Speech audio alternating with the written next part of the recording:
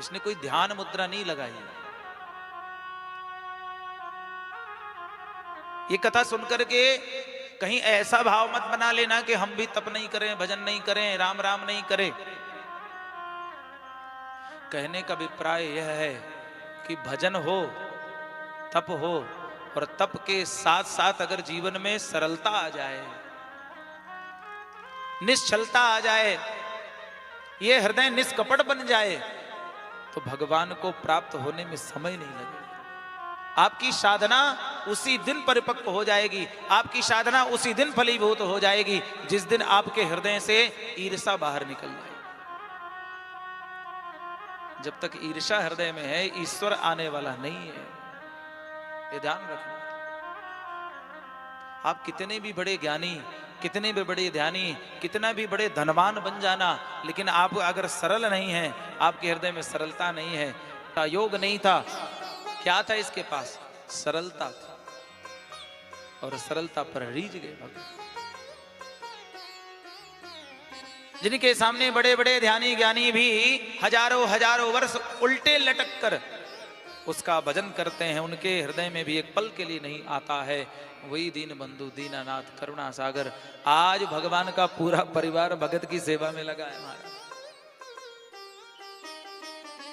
भरत जी लगे हैं सेवा में, लखनलाल जी लगे हैं सेवा में, जानकी मैया रसोई में लगी हैं, हनुमान जी महाराज अपनी पूंछ से झाड़ा लगा रहे हैं,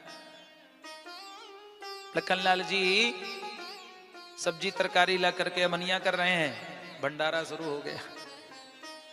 माता जानकी साक्षात अन्नपूर्णा महारानी जब रसोई बनाएंगी और महाराज ऐसा अद्भुत भंडारा शुरू है वहां।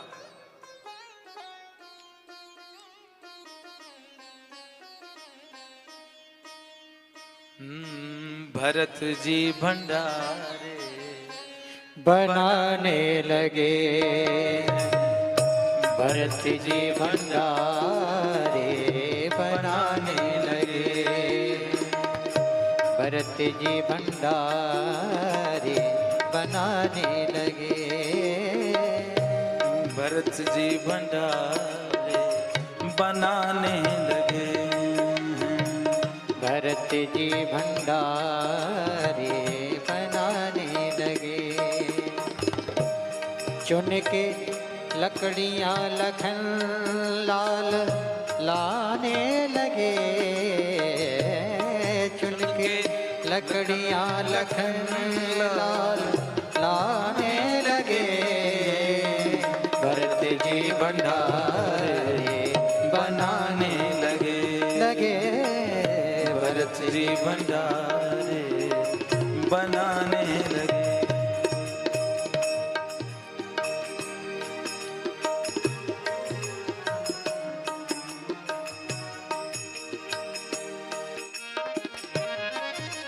राजा रामचंद्र भगवान की। महाराज भरत जी भंडारे बना रहे हैं, लखनलाल जी चुन करके लकड़ियां ला रहे हैं,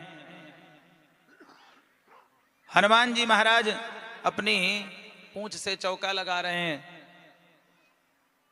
माता जानकी रसोई में। कैसा अद्भुत दृश्य होगा, जरा विचार करो। नेत्र बंद करके इस छवि का ध्यान करो कि भक्त बैठा है और भगवान सेवा में लगे। नहीं होता तो ऐसा है कि भगवान बैठे होते हैं, भक्त सेवा में लगे होते हैं, लेकिन ये भक्ति की सामर्थ्य है कि भक्त बैठा है, भगवान सेवा में लगे। इसलिए तो भक्त भगवान कहते हैं नाना भांति नचायो, भक्तन ने मोकू नाना भांति नचायो। इधर से गुरुदेव आ गए, किसके?